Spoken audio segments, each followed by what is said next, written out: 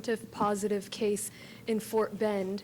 And as you guys know, on Monday, we stood up our Office of Emergency Management. We activated to level 3, which is increased readiness, and we activated the Emergency Operations Center right here at TransStar, where we now have our partners physically together. And so I wanted to share what we have been doing in terms of that activation and supporting Fort Bend, as well as what folks can do given the current situation. We just came out of a meeting with a range of partners where we've been exercising the scenarios we've been planning for. So we have had plans for months that we've been updating, going to what would we do if such or another scenario were to occur. And so what we did today was run through those different scenarios with our partners, from our healthcare and public health departments to our engineering department, human resources, the different City of Houston departments, the network of hospitals, different folks who would become key players in the event of a response or the need to ensure continuity of government operations.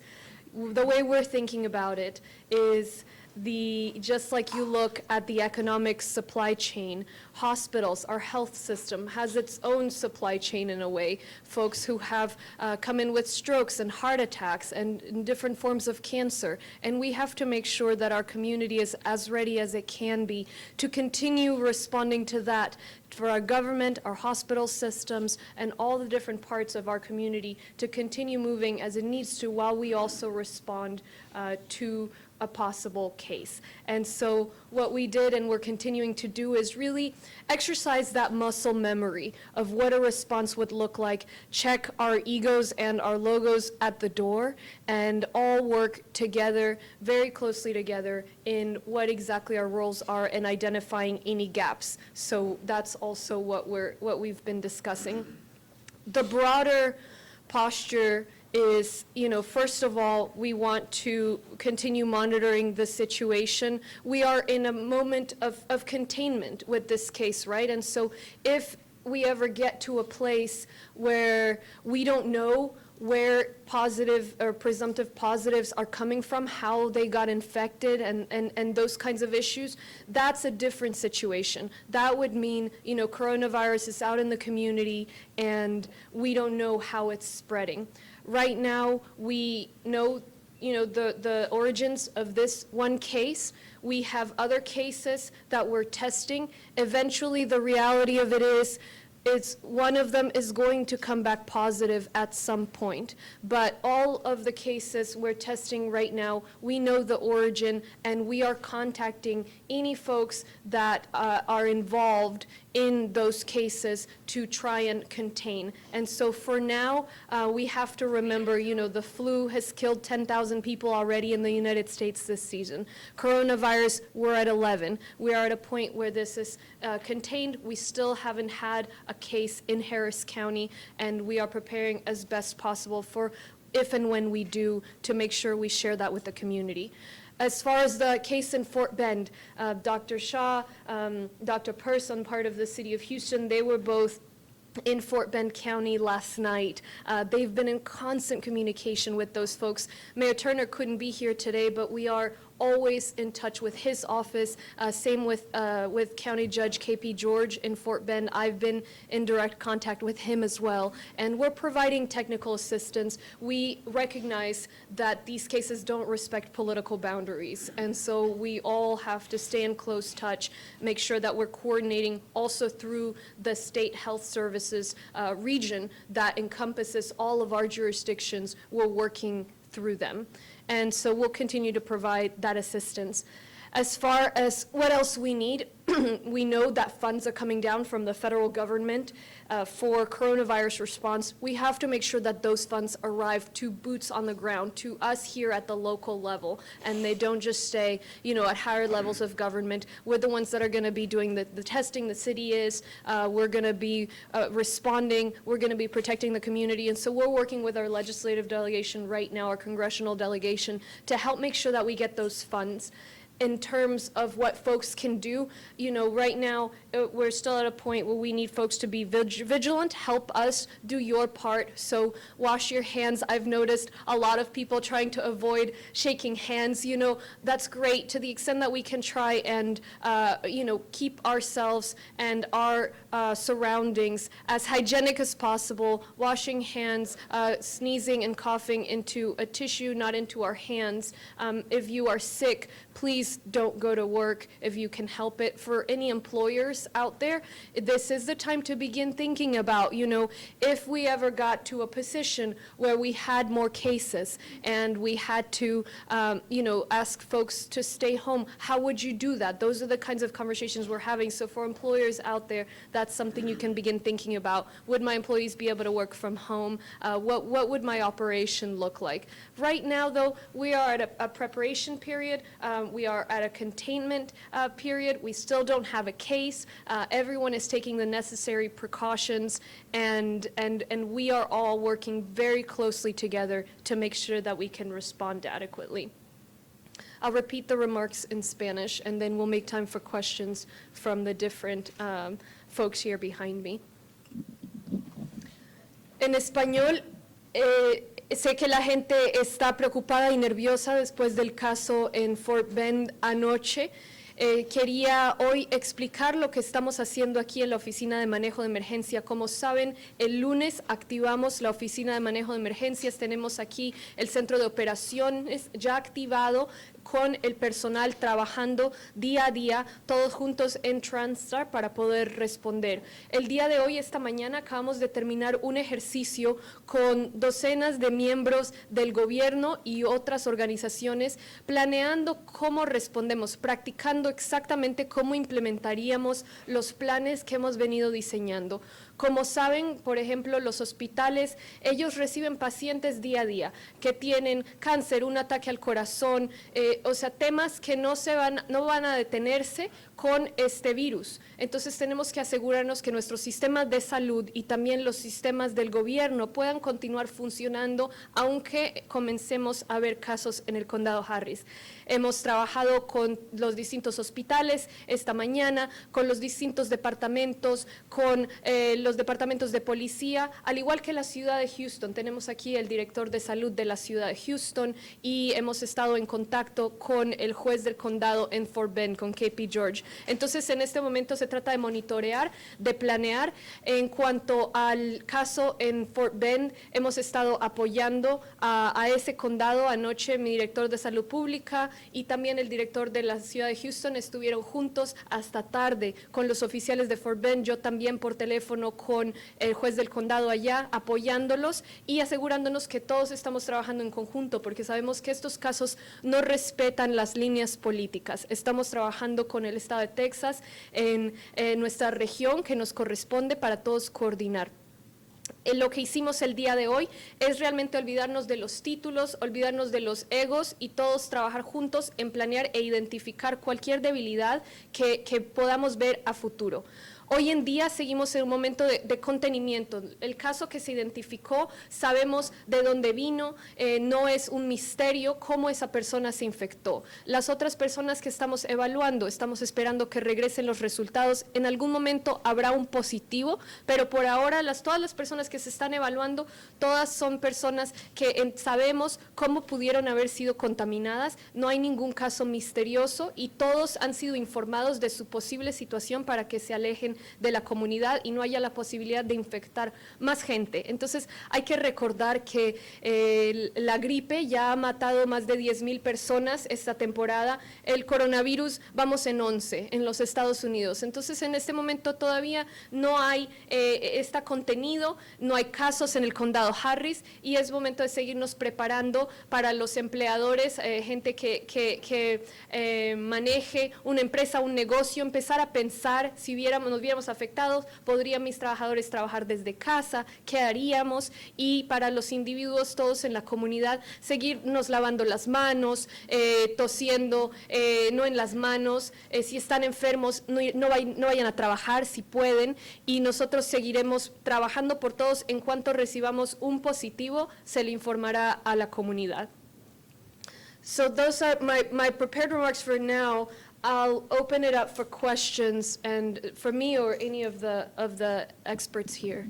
Still no confirmed or presumptive positive cases in Harris County. That's right. As of right now, still no confirmed or presumptive positive cases in Harris County. What about the cases tied to rice? So all of those cases the cases tied to rice are being tested. We can't, as well as other cases, as we've done thus far, we don't want to create panic. We don't want to frighten people from coming forth and saying they may have a potential case, that they will be exposed. If they say they're feeling sick, they might have coronavirus. And so until we get a positive or a presumptive positive, all of these cases are right now persons under monitoring, persons under investigation. What we are doing, and Dr. Shah can speak more to this, what we are doing is making sure that everybody whose test has been sent out, that and everybody who we know is connected, maybe connected to issues where we say, there's a chance that they could be infected, like this trip and any other issues we've received, they're aware. And so we're asking them to self-quarantine. We're not waiting for the result to come back to inform folks of, it may or may not be positive, so we need to begin taking precautions because we don't want to get a positive and then say, oh, these folks should have been, trying to keep distance from the community. Ballpark number, how many people have you asked to self-quarantine? Are we talking dozens? Are we talking hundreds? Yeah, so Dr. Umair Shah, Executive Director of Harris County Public Health. I want to thank Judge for her opening comments, and I also want to thank her for the leadership she's provided to bring all of us together as partners here, both from a health standpoint, but actually more importantly from all of county government and our partners at the City of Houston and other regional partners, including in the private sector. Dr. Peirce and I were yesterday, as the judge mentioned, in Fort Bend County supporting our partner colleague at Fort Bend County, Dr. Minter, and we are really, this is, I think, the key message we want to make sure everybody knows is that government is doing everything it can, not just within county government or city government, but across this region, that the elected officials, policymakers are connected, but so are the public health departments. And so I want to just make a couple of comments just so we can clarify some things. First is that we do not confirm, and their judge has already made this comment, but I do want to make sure to emphasize it. We do not confirm rumors and myths. What we confirm are actual test result positive. When we have a confirmation, in the case of yesterday, a presumptive positive from, and Dr. Peirce can talk about the laboratory aspect of this situation from Fort Bend County as well. But when we have a situation, and these are not cases, these are individuals, these are human beings, right? These are individuals who have, because they may have traveled somewhere, may have been exposed to the virus in another part of the world, have come back to our community. Our epidemiologists, our public health practitioners need to be able to do their job to investigate who they, first of all, their status, how they are, what's going on with their individual care. Number two, to make sure as quickly as we can, and there has been a lag, and we know that from the federal government in terms of testing capabilities at the federal level, to get those individuals tested and get those results as quickly as possible. But the judge is absolutely correct that we have been treating individuals who we think may be suspicious or highly suspicious of potentially turning into a lab-confirmed case. We've been doing everything we can to contain. We have been doing everything we can to do the contact tracing to understand where those individuals may have been in contact with others, especially close contact, where the other individuals might be at risk for also novel coronavirus. That's what our job is, and that's what our public health departments have been doing. Our department has been up now for 66 days with response activities, and we hadn't even had a first confirmed case in Harris County. So I just want to make sure that our community understands what public health does every single day when it comes to tuberculosis, when it comes to influenza, when it comes to even novel viruses. This is what we do when we investigate. And so we are not giving information in terms of numbers of tests or numbers of individuals. Right now, what we're saying is that it is not as high as you had mentioned. It's a few, and we're working across the region to make sure we do everything we can to protect the rest of our community, but also to protect the privacy of those individuals. What does the science say about how this is spreading? It seems like, this has been spreading kind of quietly in the country for a while. What's the reality? What does the science say about how this? Yeah, so let's talk reality. So the reality is that we have been watching, and if you look right over there, there is a map right there that is on our Harris County Public Health website, and you see that there's a lot of information there in terms of what's happening globally. And the science is that what was happening in Asia, in China specifically, was all the measures to really contain what was happening in Wuhan and then Hebei province, and then obviously in the rest of China. That containment strategy worked to some degree because it obviously allowed time for delay, if you will, for additional cases in other countries. But we recognize the interconnectedness of the world, that you were going to start to see cases elsewhere. The science has evolved in that we're learning more and more about this new virus. So the reason that it's a nuanced message, we are concerned about the flu. We know the influenza kills people every single year, and that is the case right now as we speak because we are still in flu season. But we also are concerned about a new virus that made a jump from animals to humans. And we would be foolhardy if we did not share that concern with our community. The science is saying that there is potential for person-to-person, human-to-human spread, and that is what we're seeing, obviously, in other countries around the globe, but we're also seeing that in the United States. Outside of Seattle, where we have a localized outbreak in Seattle, especially at a long-term care facility, and the 3 cases that we're talking about on the West Coast, the situations around Oregon and in California, and obviously some concern about what's happening in other parts of the country, there is now additional potential for community spread. We are not seeing that here locally, but that is exactly what we are preparing for. We hope we never get there, but we want our community and our partners and all of government to keep that in mind and do everything we can do to protect our community from that potential for community spread. But, and this is a really important mention that the judge, message that the judge said, Dr. Porsa mentioned, Dr. Purse has mentioned, and all of our team members, our community should be prepared for additional cases. That may happen today, that may happen tomorrow, that may happen a week from now.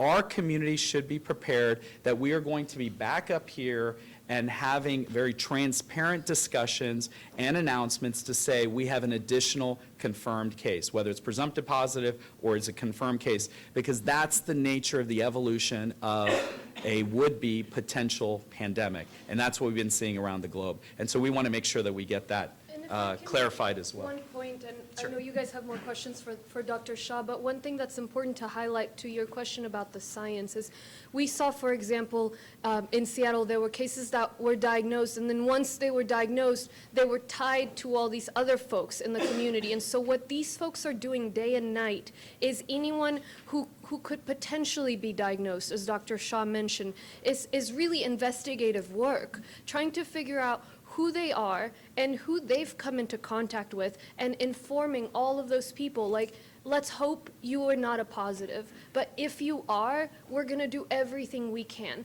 And some of these folks are in other counties, and so we're speaking with the other counties and saying, hey, you ought to go follow up with these people and make sure that they know, to stay away from folks. So we are really asking every question about how can we do better, how can we learn from the what's happened and the lessons that we've taken from other jurisdictions that in a way are a little bit in the future from where we are.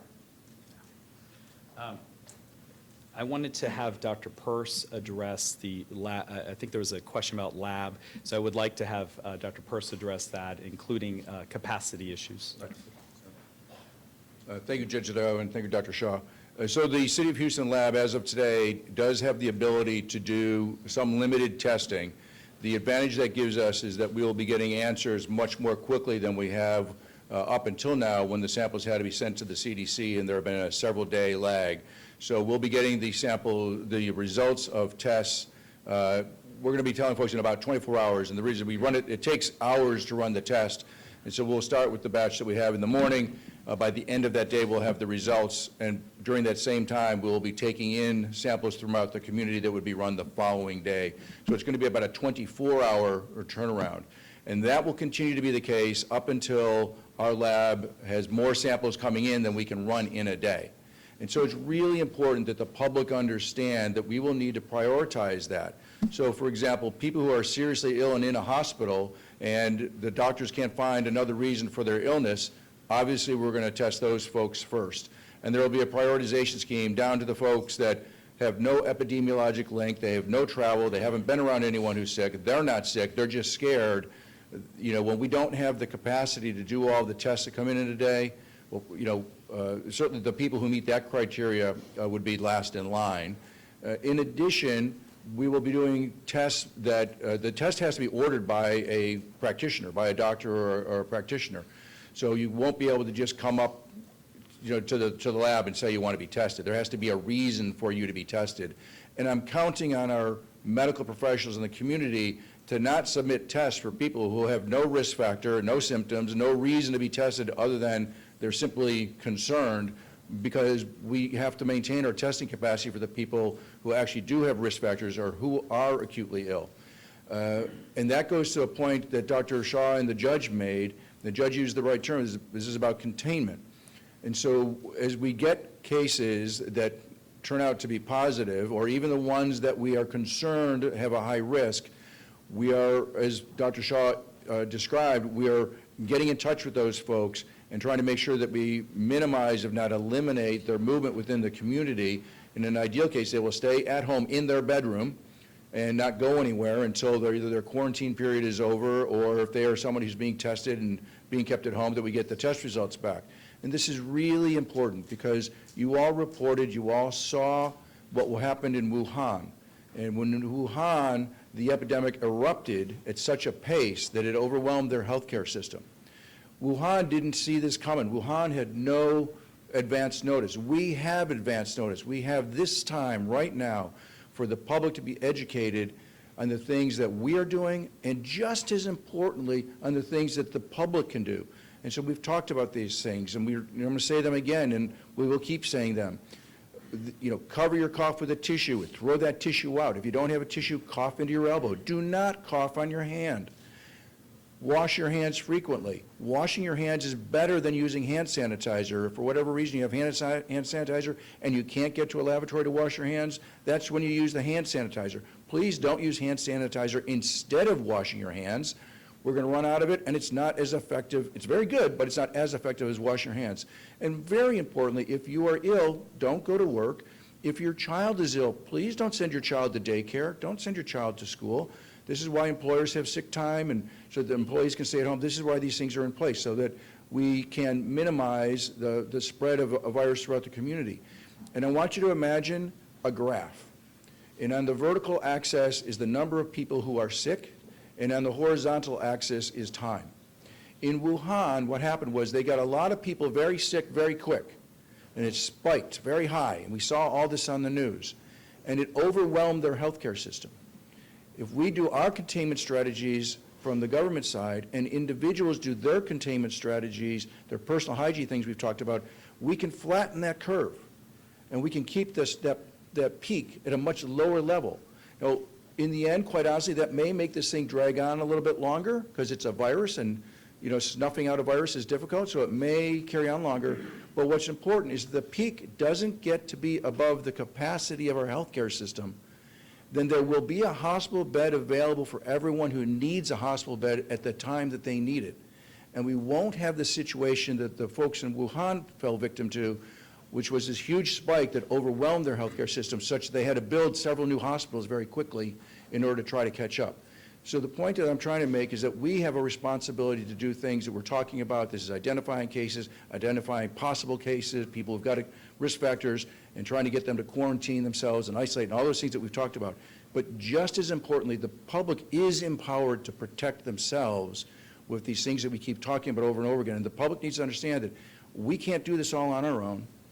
And if you think about it, and I've said this before, if you think about the other epidemics that we've had in the last couple of decades, SARS, MERS, even Ebola, those epidemics weren't stopped because of a vaccine. They weren't stopped because of a magical pill that was given in the hospital.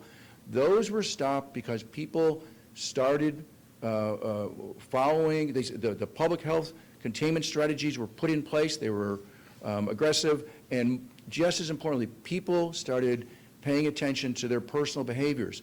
And especially in the case of Ebola, and you all reported on this, especially in the case of Ebola, that epidemic in West Africa was out of control for a much longer time than it needed to be because people didn't believe what the public health folks were telling them to do. And they continued to care for the seriously Ebola sick folks at home. They continued on with some practices which were cultural, but in how you prepare a body for burial, and all those things were causing the ongoing spread. It wasn't until the public started listening to the help from the public health, started listening to the advice from the public health professionals that Ebola outbreak stopped. That's what stopped it. It was actually the people who stopped it. And so this is how outbreaks are, and this is how viruses spread, and this is how we can stop them. We do it as a community. Thank you. Yeah. How do you identify it? Let's say I feel bad, I went to the rodeo, large event, I go to my doctor because I feel bad to see, how, at that point, how does it get identified? Yeah, thank you. Thank you for that question. I think this is a challenge where we have a lot of Google Docs out there, and we want to make sure that we really have a strong chain of people who patients, individuals in the community would be patients, maybe they're not diagnosed yet, but that there is a connection with the healthcare system. And we want to make sure that people are connecting with their healthcare provider, their doctor, their clinic, their usual place where they're going to be able to get healthcare services. We know that's a challenge in our community, and that's why we have Dr. Porsa here with Harris Health as well. I'm so proud of having Dr. Porsa here. He's a colleague of mine. We trained together years ago, and he returns now as the CEO for Harris Health System.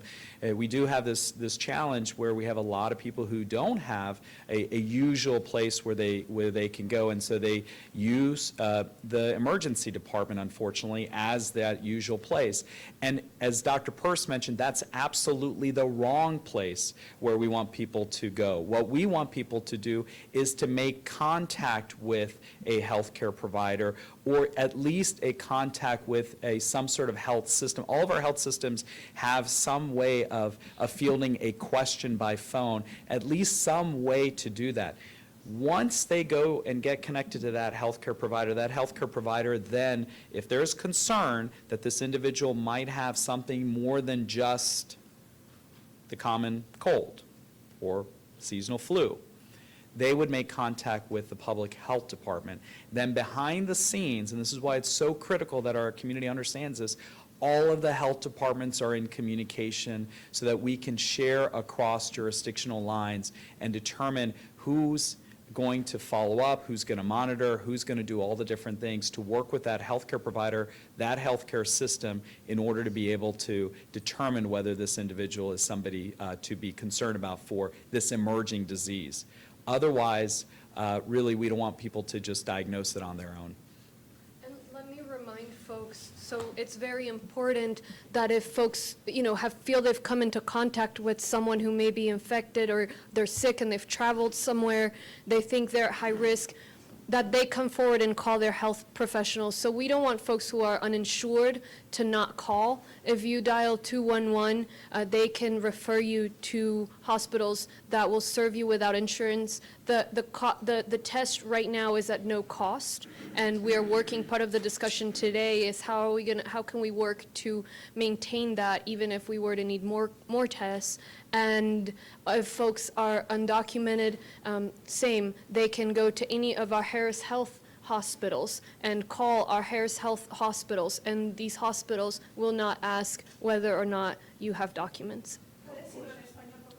Sí, necesitamos que toda persona que sienta alta posibilidad de ser afectada, que haya estado en contacto con alguien que haya viajado a estos países y se siente enferma, que no tengan miedo de contactar a su médico. Entonces, si no tiene seguro, puede llamar al 211, lo referirán a hospitales que lo reciban sin seguro. El examen del coronavirus no tiene costo y estamos trabajando por mantener esa situación. Si no tiene documentos, puede llamar a cualquier hospital del sistema de Harris Health. Los hospitales públicos del condado son muy buenos y todos no le preguntarán si tiene papeles o no. Entonces, lo importante por ahora, obviamente, si el doctor no evalúa, no le parece al doctor que usted esté en alto riesgo, pues tenemos que darle prioridad a las personas con más alto riesgo, pero necesitamos que toda persona que sienta que pueda tener alto riesgo de tener este virus,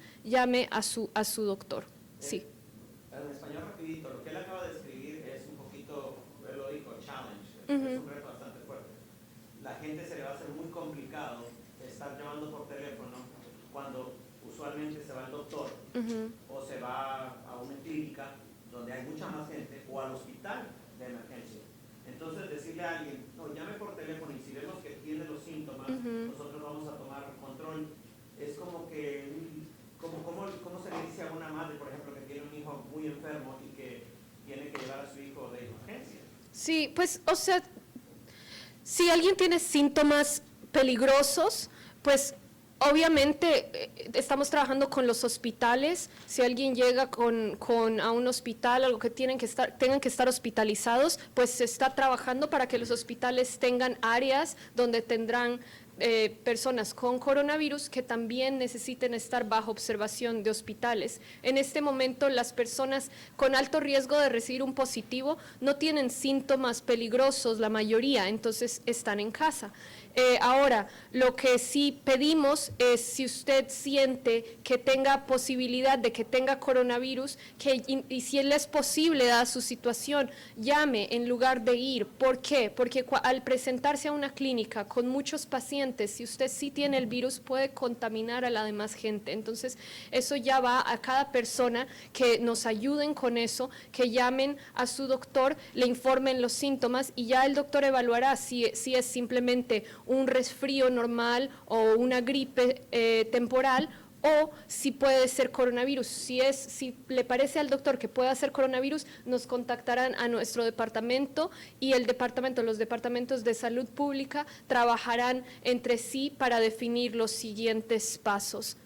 Is there any information on the U of H students who are self-quarantined? And two, there have been some Metro bus drivers who have tweeted at me and asked the concern because of the many passengers that they transport. Can you answer those questions? Yeah, thank you for that. Regarding U of H, I do not have specific information, I'll be honest. We also received, again, through the media, so thank you. We also received information related to that situation. Our City of Houston partners, Dr. Purses has had to leave, but the City of Houston, my understanding, is following up in that situation. Our epidemiologists at Harris County are also in connection with the City of Houston, but I don't have an update on that. As far as the Metro bus drivers, I didn't catch that. They transport lots of Sure. people throughout the course of the day. They want to know what is the possibility for them and what kinds of measures should they take. Sure. And I think this is I am so glad you asked that question, because this is exactly the message we want to get to the community, is that right now, as we speak, the risk to our public is low. So unless you are doing something different than what Dr. Purse said, which is cover your cough and make sure if somebody is sick around you, they're coughing at you, that you try to move them away or move away from them, and that you wash your hands and use, soap and water first, hand sanitizer as an alternative, and obviously if you're sick, you stay away from other settings where you might get somebody else sick. There is no change in that message.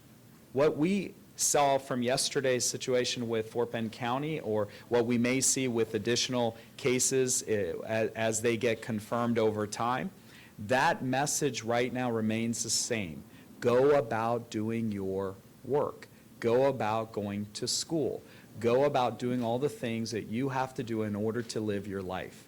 And when we believe that the risk changes, we're going to come back and let the public know.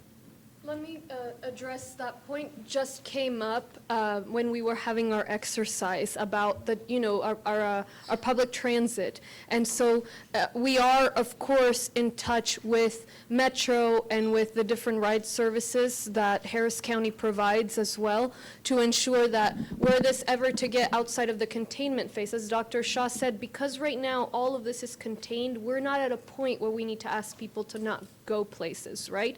But we do want to prepare for that, and we are working with Metro and with other folks, law enforcement, for example, which comes into contact with a lot of people.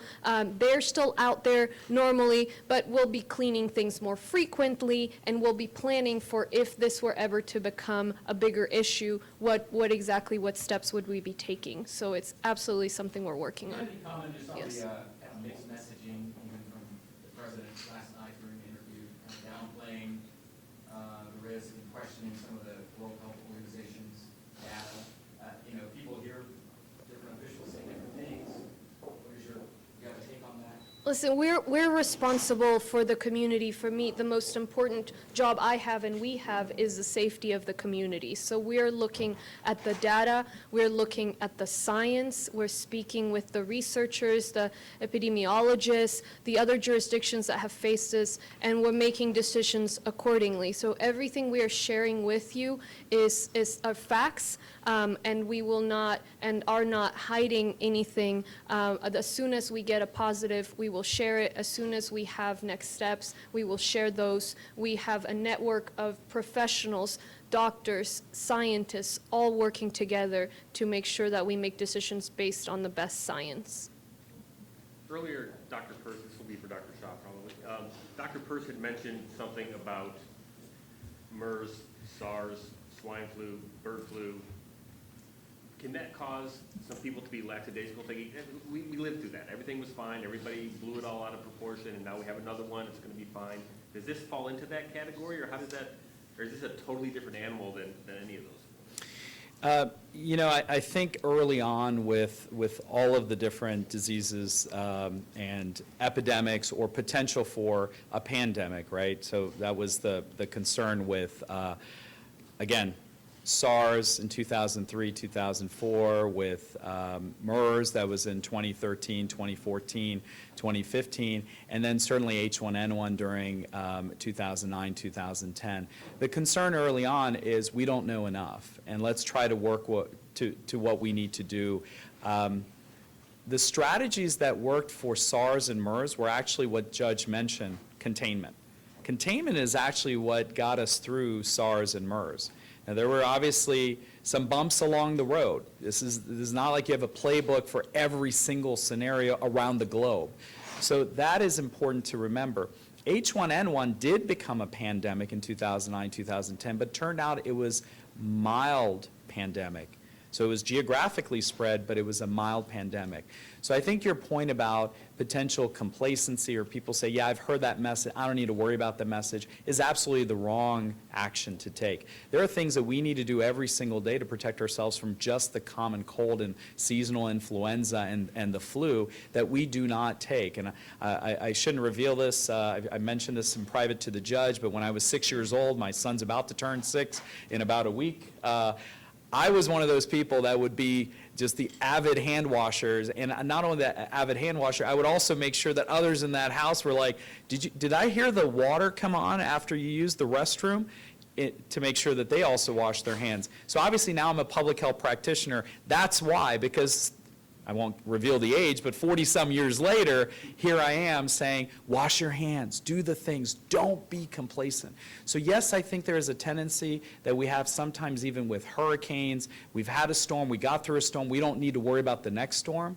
But this is the situation we have here, is that this is an emerging disease, and until we know more, yes, we need to do what we have to do to protect ourselves, and certainly to keep in mind how to protect our entire community. Thank you all so much. Appreciate it. Thank you.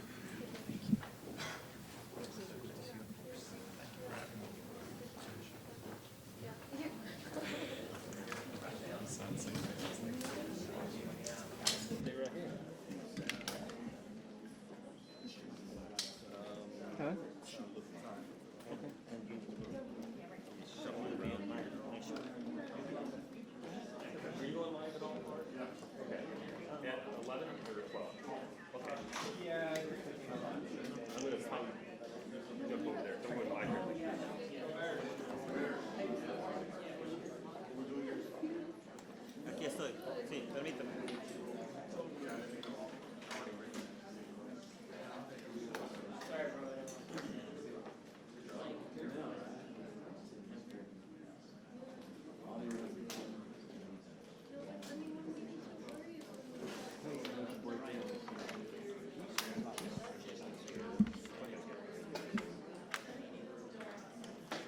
brother, perfect. Thanks, Chief.